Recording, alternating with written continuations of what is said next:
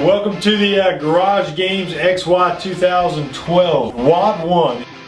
It's going to be a 20-minute running clock, and during that 20 minutes we're going to perform the snatch, the clean and jerk, and then you've got the leftover remaining time, which is about 10 minutes, to row for meters. You can either perform a power snatch, split snatch, or you can do a full snatch, any way you want to, but you've got to get the weight successfully overhead.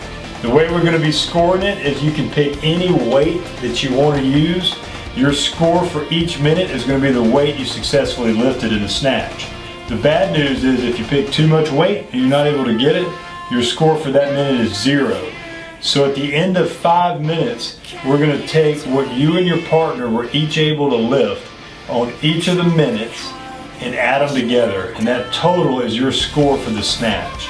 From there, with the clock still moving, in the next 5 minutes, you're going to do the same thing with the clean and jerk. Now you can also power clean, split clean, or squat clean. In order to get it overhead, you're allowed to do a press, push jerk, or split jerk. Totally up to you, anything you want to. So at the end of that 5 minutes, we're scored the same way. As soon as you're done with your final lift of the clean and jerk on that 10th minute, you get to go and take off to the rower.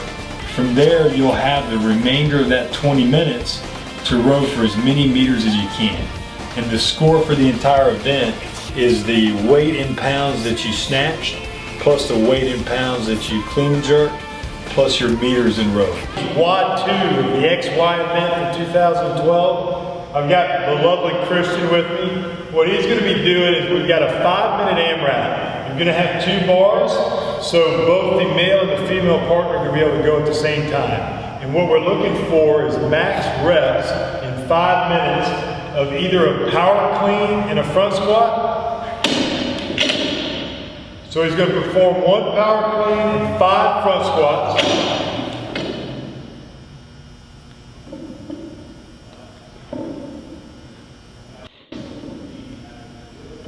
The other option, he's allowed to do a full squat clean on the first rep, and that will count as his first squat. So you can do a full clean on the first one, and that would count as 1 on the front squat. From there, Christian's going to run over to the bars, where he's going to be doing toes to bar.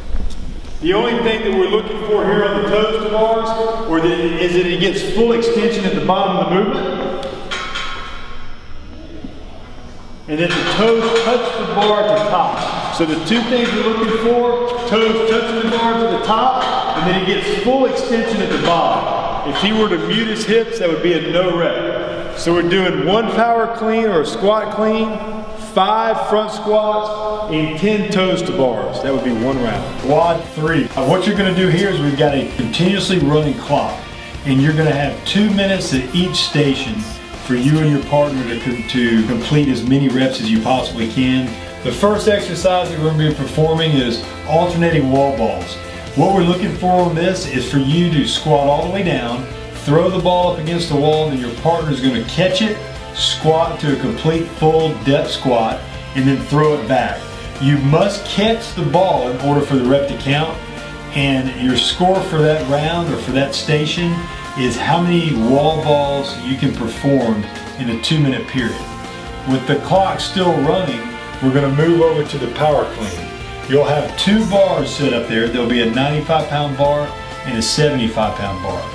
The female can use the 75-pound bar and the male is using the 95-pound bar. You can't both be working at the same time. So if you're doing power cleans before your partner is allowed to come in and spell you, you've got to have your bar placed on the ground.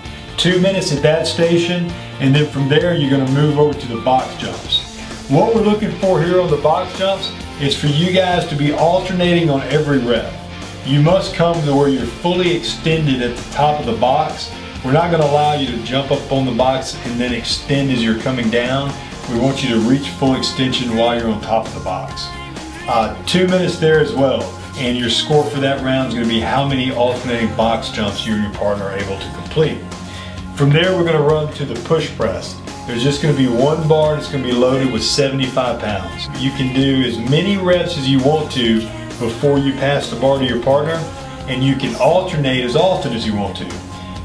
You can also pass the bar without dropping it. So you can hand the bar to your partner, you can throw the bar to your partner, you can drop it on the ground, your partner can pick it back up. Totally up to you, all of those are acceptable. Your points scored for that are going to be just like the others. It's the number of reps that you perform in a 2-minute period. From there, we're going to move on to the pull-ups, and here's where the scoring gets a little bit different. You're going to receive 5 points for every chest to bar pull-up that you do. You're going to receive 3 points for every chin over the bar pull-up that you do, and you'll get 1 point for every jumping pull-up that you do. You've got to tell your judge what you're going to be doing before the workout starts. So if you tell them you're doing chest to bar pull-ups, you're stuck doing chest to bar pull-ups for the entire 2 minutes. Your partner, however, could do jumping pull-ups. So you and your partner don't have to do the same variation of the pull-up, but you're stuck with whatever you tell the judge you're going to be doing for the entire 2 minutes.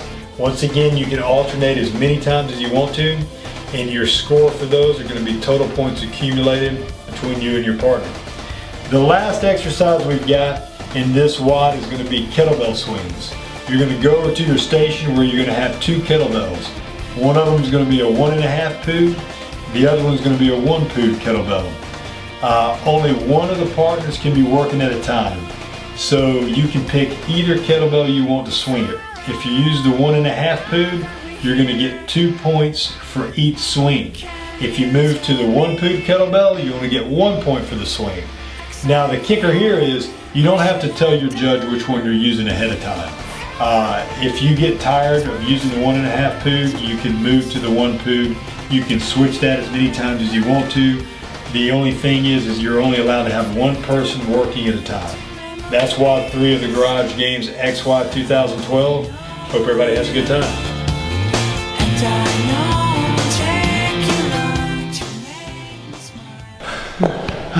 I love you, honey. I love you. Oh. Hey, you want to get dinner later? Yeah.